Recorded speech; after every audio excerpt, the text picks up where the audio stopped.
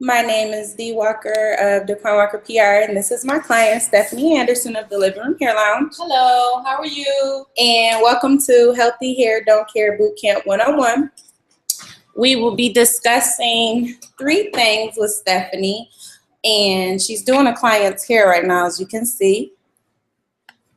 We'll be discussing 3 things: hair breakage, how to prevent it, tips, as well as products. So Stephanie, can you briefly explain what are some of the things that causes hair breakage? From my experience, some of the things that cause hair breakage is poor hair care maintenance, poor products, just lack of overall care, negligence of the stylist, weaves, wearing weaves and braids long term, some illnesses and medications also cause breakage in the hair. That's pretty much it. Pretty much it. Pretty much. What are things you can do to prevent the breakage? Things you can do to prevent the breakage is, first of all, get quality products and make sure the stylist that you go to uses quality products. And maintenance products are good when, if you go to a stylist, make sure that they sell you exactly what they're using so you can stay on the same page. A lot of times when people are taking medications, sometimes that can't be avoided, but the stylist can, do the upkeep for whatever breakage they have and recommend things like protein treatments for breakage while taking medications. With weave clients, I normally suggest that when people wear weaves and braids, that they only do it temporarily. Most of the time, when people do it for long term, that's when the breakage starts, but it's only a temporary thing. So that can alleviate breakage when they don't leave it in as long.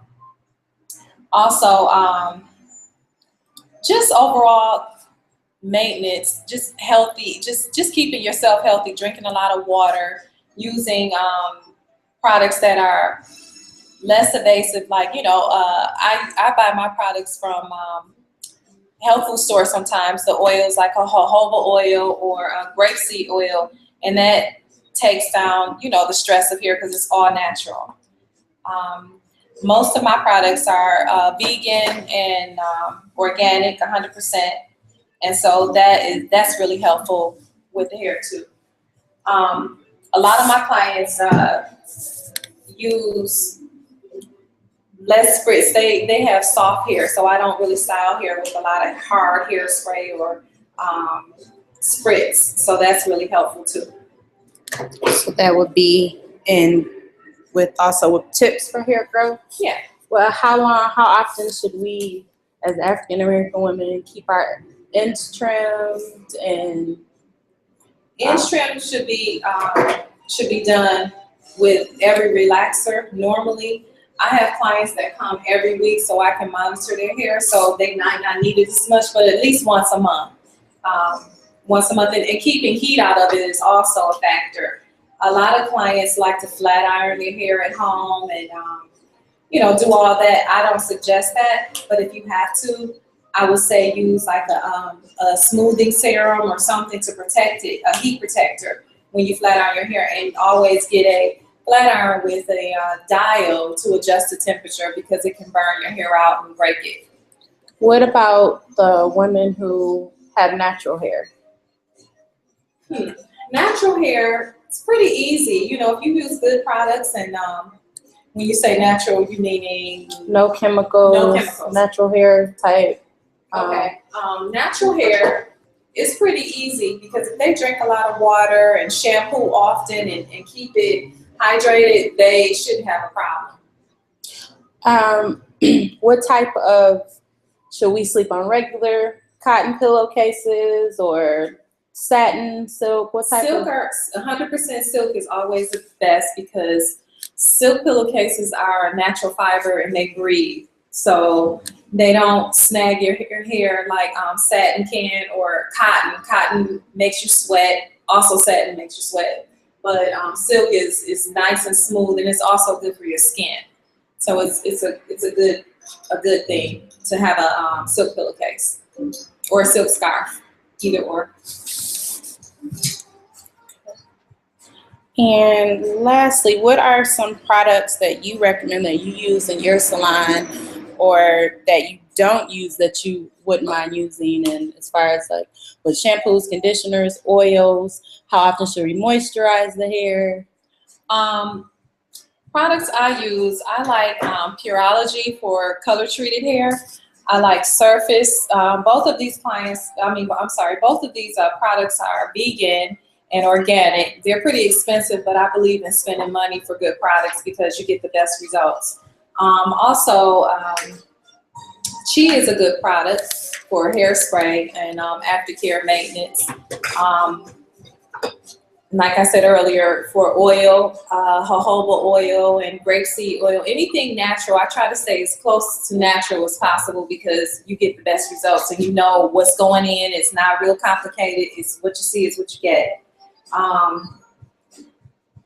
And with maintenance, I would say with African American women, of course, we like to preserve our hairstyles, but I don't like that with us because we need to shampoo our hair every week. But that could also be a factor in hair breakage because the hair really it's just like the body, it needs to be cleansed often. But most of the time, people that come in bi-weekly like to hold their hairstyle. But I highly suggest shampooing every week and using oil every day, some kind of maintenance products every day to take care of your hair. What are some products that you see some of your clients or new clients, for the most part, I'm pretty sure your recurring clients know to use that we shouldn't use? Like do you suggest like the Pantene Pro V's or? Well, if you must buy products from a CVS or Rite Aid or Target or anywhere like that, or convenience store, I suggest it's a 10. Let's see, Pantene is fine, and what's the one?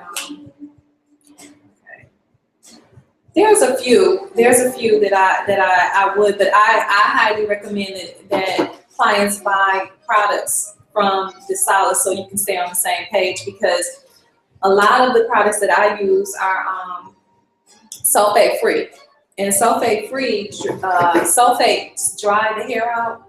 So the shampoo and conditioners I use are sulfate free, and it's better for your hair. And most clients, they don't know if you don't tell them what you use. They don't know, so they're just going to buy anything. So they're going to kind of counteract what you're doing. So I try to really push what I use. So would you say that it is a myth that African American hair doesn't grow? Oh, definitely. Definitely. It'll grow as long as it's healthy. Healthy hair grows. If it's hydrated, if it's clean, if it's trimmed, just well taken care of, just like anything else in our body, it grows. It's good. Okay, and what is one other thing that we should know about our hair maintenance that some women may not know about?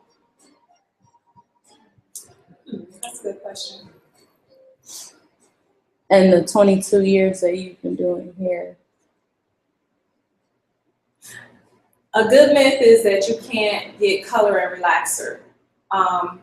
Most people think that you can't do it, that you shouldn't have a relaxer when you have hair color, and I think that's a big myth, because a lot of my clients have really nice color and they get relaxers also, and it works very well as long as you use good products and the client visits often and you keep up with the maintenance. It's good.